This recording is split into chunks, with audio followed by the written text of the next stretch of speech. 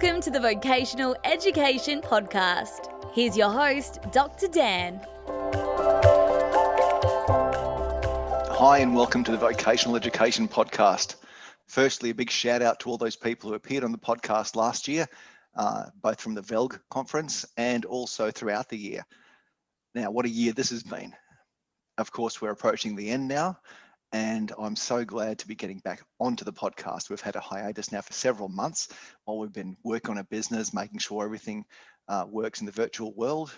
I'm sure a lot of you have been doing the same. We've also been discovering new technology, new systems. There's a lot to talk about there to find out how businesses have coped, how educators have coped, what it's been like spending more time at home, if you have been. So I'm really excited to be able to release over the next few weeks at least, several more interviews with some amazing people from across the sector. Everything from providing real estate to vocational educators through to assessing in the cloud space, providing virtual training, and much more. So you'll see these released each week over the coming weeks, and I really look forward to your feedback and also what you've gained potentially from listening to people who've been through this hard time with everyone. Now, we don't know what 2021 is going to look like. We really have no idea. So everyone's fingers are crossed to make sure the industry bounces back and we have people attending courses again, getting trained up in those necessary skills everyone needs to replenish the workforce that has been devastated over the last few months. So without any further ado, I'll welcome my next guest, and I hope to get your feedback soon and join me on those future podcasts. Thanks, everyone. Well, thanks for joining us here on the Vocational Education Podcast, Vicky, and you're our first guest for the year. Woohoo! I was just reflecting on the fact that we have not had a podcast this year. We did release some things in January, February, but that was from recorded from the previous year. So it's been interesting. Everything's been on hiatus. Okay. So firstly, I'd thank you for coming along, and I think we talked about Spacefinder last year as well. If we didn't talk about it, I did meet up with you at some point, I think at the VELG conference, because you looked very familiar. It would have been, yes. It would have been, yeah. And of course, I had a look on your website and love what you guys do. One of the hardest things we're finding at the moment is finding space. Yeah. Finding space. A lot of people are now getting back into wanting face-to-face delivery for training. Yeah. Yeah, so I'm going to start with, how are you doing it? How we do what we do, right? How do you do what you do right now? Well, how we do it is it's a win-win arrangement. So we specialise in space sharing of 9B compliant educational space. So our venue hosts are established RTOs in CBD locations. They've often got, say 2 floors, 16 training rooms, and they've got underutilised space. So it's space they're paying for that's just not at capacity.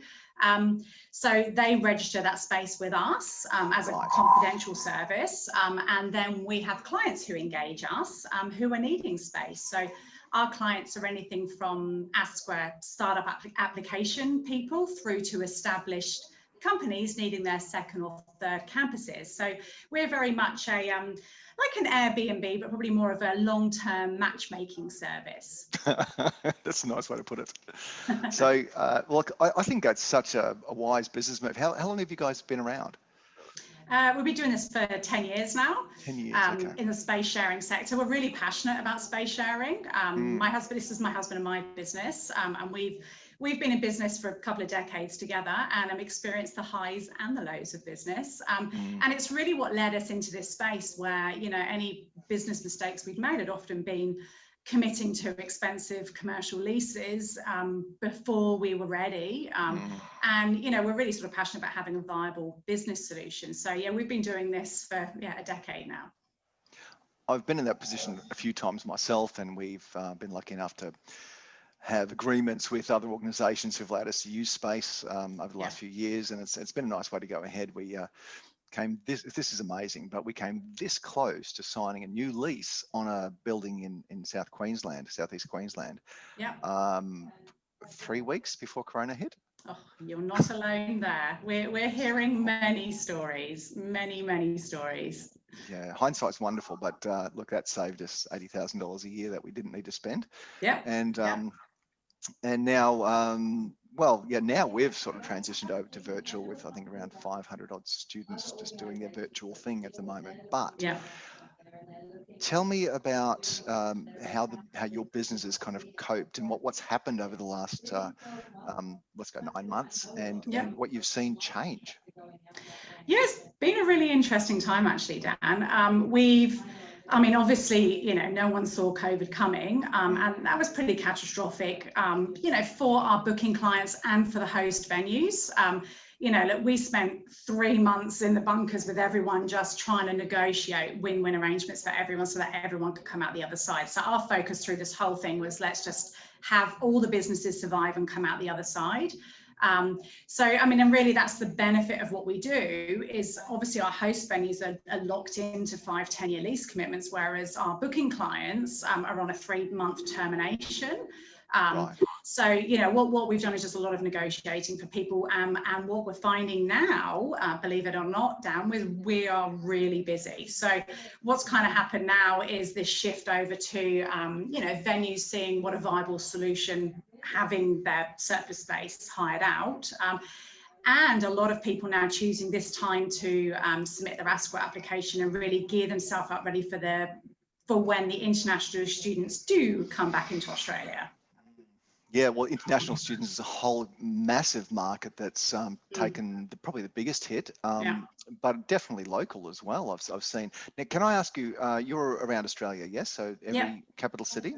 Absolutely, Australia-wide, yeah. Yeah, which cities have been hit the hardest? Obviously, Melbourne. But which cities have been hit the hardest, and how have you coped with that? Yeah, look. Initially, everyone paused, so that's what we negotiated across the board. Sydney's back up and running. Like we're back online in Sydney. We're finding a lot more now demand for regional areas. So a lot of organisations are kind of making that shift over to there, particularly in the international field. Maybe they feel that that's less vulnerable going forwards. But yeah, Melbourne's taken the brunt of it. We've just got everyone on hold, and we're just waiting for that to open up, which fingers crossed won't be too far away. So when clients cancel or when they maybe at the start they started to get it cold feet and said, look, I don't know if we can have this training room now, and it might be 2 months down the track or a month down the track. How did you deal with them? I know you said a lot of negotiating. Was there an angle that you took in that case? Look, it was really hard. It was really tough because, look, all of our agreements have got a 3-month termination on it. So the intent, a lot of people cancelled, so they gave their 3-month termination. A lot of others held. So we kind of put them in a bit of a holding pattern, and now they're back up and training. So it really was on a case-by-case basis. Really, a lot of that was the spread of whether they're international or domestic. We've got a lot of domestic operators that are back training, business as usual, no difference there whatsoever. So case-by-case basis, where bookings exited, we've actually put other people back in that space. So like I say, we're relatively surprised that we're very busy right now because I think there's a lot of optimism back in the market. It's tentative optimism, but there's a lot of optimism. When you say optimism, what have people been saying? What sort of why are they optimistic, do you think? I think for startups, I think a lot of startups are thinking now's the time. Obviously because of the amount of time it takes to get through ASQA, etc. So in that startup market, I think there's a lot of optimism in that. I think a lot of people are shifting over with domestic, maybe changing courses on scope. And I think other people are just, like you say, going online, but maybe thinking about different delivery methods. So we're getting a lot busier, much like what you've just said. People are not taking the lease, but they're saying, okay, great, well, if we run these classes in these locations, that'll work out better. So for us doing space sharing, yeah, we're much busier. Yeah, we had an instance at the beginning of the year. Obviously, we had to respond quickly, but we did have several bookings in place. And when we had a space in public venues, so local council buildings and things like that, they were very easy to deal with. They simply just cancelled, refunded, it was fine. I think they understood that you can't go ahead with something that's just going to be empty anyway, so they got that. But some of the private venues and that we used, it took a bit of negotiation to get our money back. Absolutely. It took a bit of time, and I appreciate that. Look, I appreciate that because you're in that position that you've kind of got your own cash flow to worry about. So I can imagine, hence the negotiation. The pushback is a good idea. I think that's a great way to look at it. And most training organisations, I might be getting this wrong, but most training organisations can defer students and let students know that, we've had to push this back. And everyone's been quite understanding. Have you found that over this time? Oh, absolutely. I mean, I think it's really interesting. I would say, 97% of everyone we were dealing with were extremely reasonable. And I mean, and that's our role, is that win-win. So we're very clear that we sit between the venue and the booking client. So, we're Switzerland. So our role is really to see what the venue can do and what the client can do and what the win-win is, and sort of massage that. And honestly, like for the main part, we were pretty blown away with how reasonable everyone has been. And I mean, the venues have been so reasonable because they obviously know as well, if we have done an early exit with a client, we've got someone else for them. So, we've been able to fill any holes that we had. But yes, it was concerning for a while. So now that you are back into a more busy time and the optimism starting to show through, what are your plans for 2021? What do you see as a way forward for Spacefinder? Right. Well, I don't have many travel plans in 2021. No. I'm turning 50 next year and I've got to cancel everything. So there's no big party to have. It's terrible. Oh, it is. Yes, it's very difficult. It's I was supposed to be going home to England for Christmas, but that won't be happening. No. Look, we're anticipating being very, very busy. Actually, we're actually gearing up. We've probably got more venues than we've ever had before. We've got the best quality venues actually than we've ever had before. So we're just, we're seeing the demand increase, week by week. We're actually anticipating a really big year. Okay, well, that's great. And is there more of a push now for venues that have high-speed internet and that sort of, and video conferencing capabilities and things like that? Are you finding that's a thing? Not really, no, not really in what we do. And we also don't get too involved in the technical elements. So we're about turnkey classrooms for a 12-month arrangement. They come fully furnished, but if people have got specific requirements, they often supply that themselves.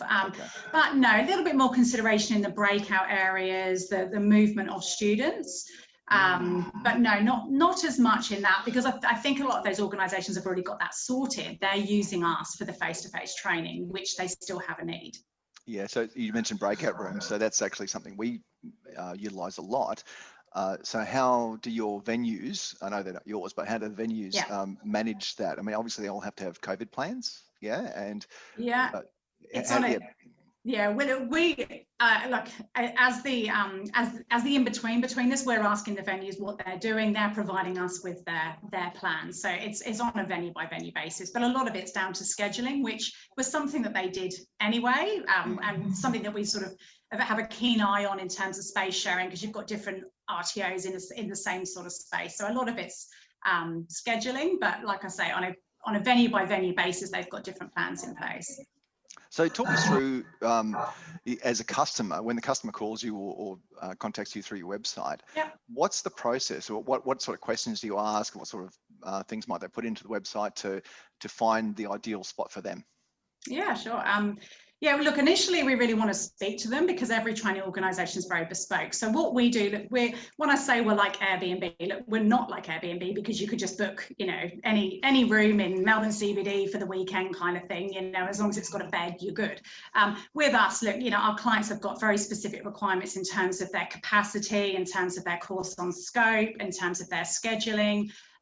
So what we really do is we get one of our team to sort of have a venue consultation with them and find out exactly what their needs are. And then once we're really clear of what they've got, we can kind of give them indications of, availability levels, suggested budgets, that kind of things, depending on their scope. And then how we work is a little bit more of a membership service, as in they sign an agreement with us for then us to present them our venues, because like I said, it's a confidential service. So once we've got a client, we do a bespoke venue tender. So then we go to our venues to match those requirements, to match their numbers of classrooms, scheduling, capacities, course on scope with the venues that we've got in that location. We speak to them, we sort of make sure there's a good fit, and then we actually do the presentation to the client of the venues that meet their requirements. So it's not a one size fits all. We very much work for the client on their requirements. Then we arrange viewings, etc. And then once they've made their selection, put all the booking agreements, all the full documentation in place. And then we become Switzerland with the booking. So at the beginning, we're very much working for the client to match their requirements. But as soon as they've made a selection, we're then sitting in between the parties to manage that booking. Okay. So when you just mentioned that obviously they're going to be very bespoke, and the needs are going to be interesting, and then everything down to parking, I'm guessing, access, that sort of thing. Do you require someone to inspect the room, or can they do that virtually, or do you just describe it to them, or is that ideal for you, is to get somebody actually face to face in there to look at the room and say, yes, this is what I want? You mentioned viewings before. Do you know, you'd be surprised, a lot of people make that decision without, because we're giving them the location. So look, most of our clients are saying I have to be Sydney CBD with walking distance from a train station. My budget is this. These are the courses that I'm doing. I don't want to be in a training organisation that offers those same courses. Obviously has to be 9B compliant with, and then, so they've got their requirements. So really it's a business decision. Like, we offer a business service, so those customers are looking at it from a financial viability, locational perspective. So yes, they do viewings, but it's not 100% necessary. And it like at the moment, it's making no difference if they can't do viewings, because they can still make decisions based on the information we provide. Yeah, it sounds like it. So you spoke about it being a financial decision, and I can imagine there's exactly that in a lot of cases: financial decision and location and access, etc. So how do you price your service at the moment? How did you work out that model? Was it actually? No, I'll just let you say. Yeah, how did you price it? Yeah. Good question. We don't. It's the venues. So the venues price their rooms. It's up to them. So it's their organisation. They've got their overheads. They've got their surplus space. We ask them what they would like in terms of remuneration. We can offer a bit of coaching on that, as in, if they don't know, we can say, look, others are in this kind of range. But when we do a venue review for a client, we'll often go back to the venue and say, look, we've got a client, it matches perfectly. However, you mentioned this rate, look, their budget is this at the top. Would you like your venue included in this review to the client? So like I said, there is negotiation to make it a win-win for the client and the venue.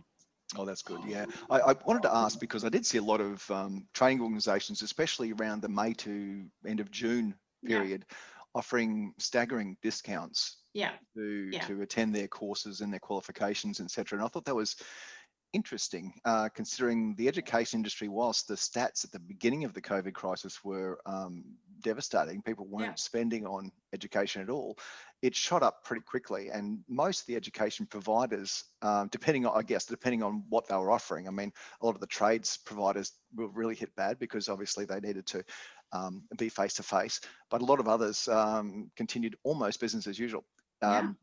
So that's why I thought I'd be interested to find out how you marketed that, how you actually got to the point of pricing, your pricing model, and how it exists. So do you work on a commission style or a percentage above? How does that all work?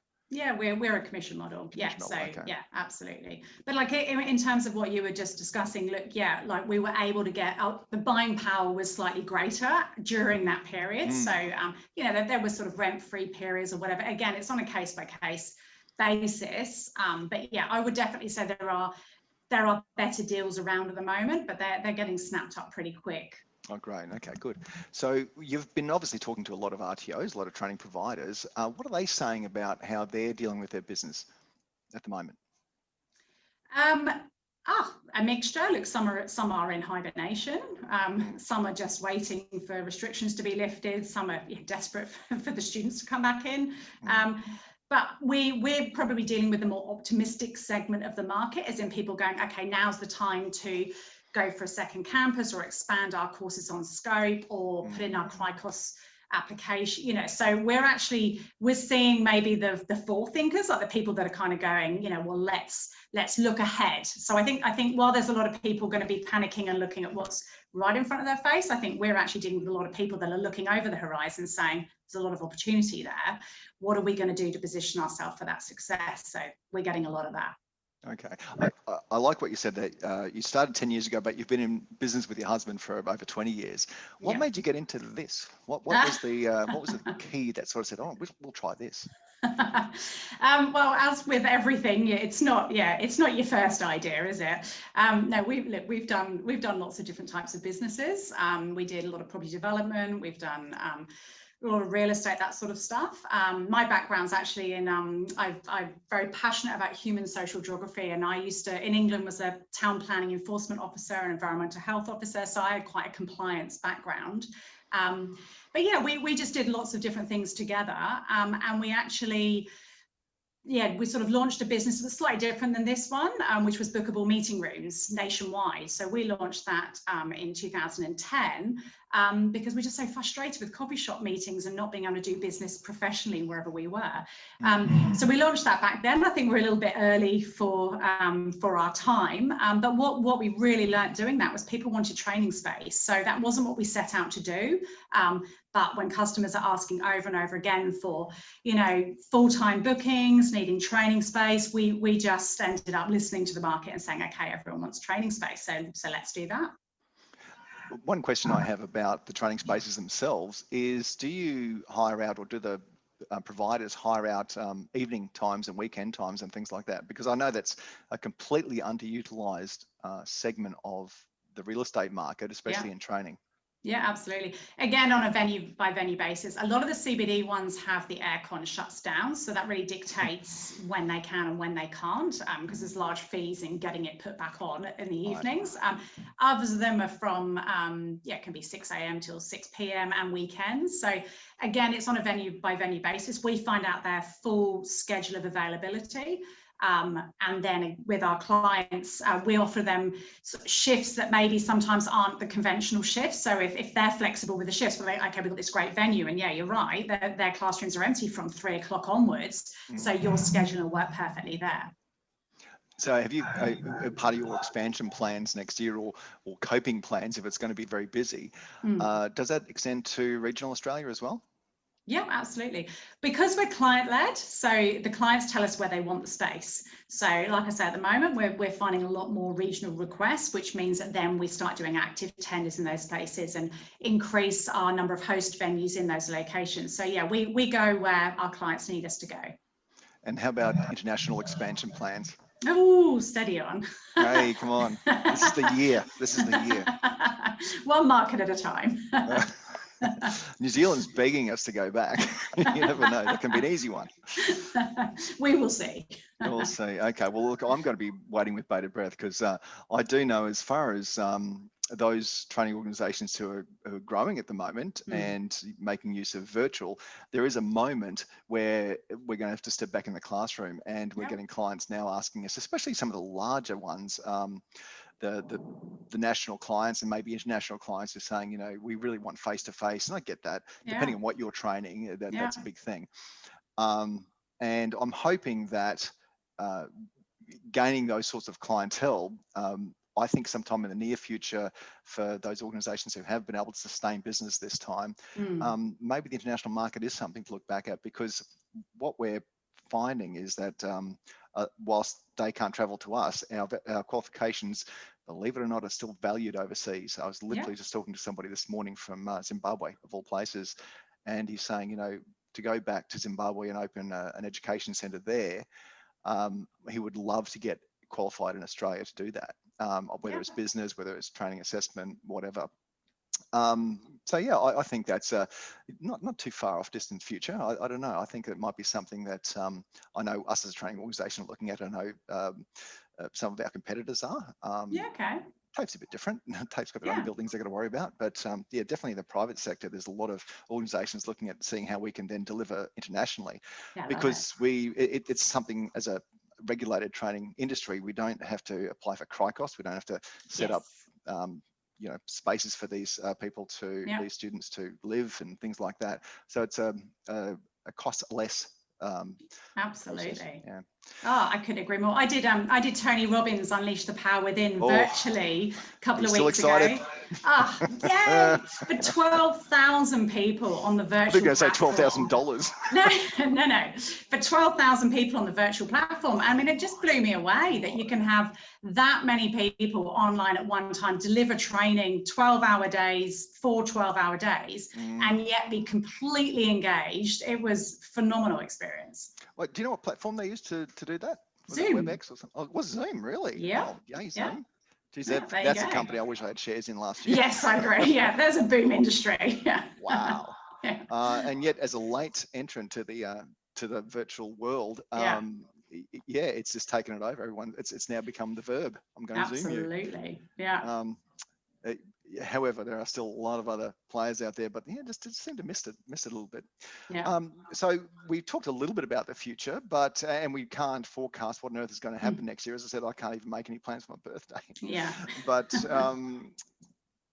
other than just coping with, and we're going to forget the expansion internationally, but other than just coping with that, what are some of the things you're going to do from an employment point of view next year? What are some things you're thinking about? Are you looking at just expanding your team, or are you looking at actually looking at different roles within your team, or new roles? Yeah.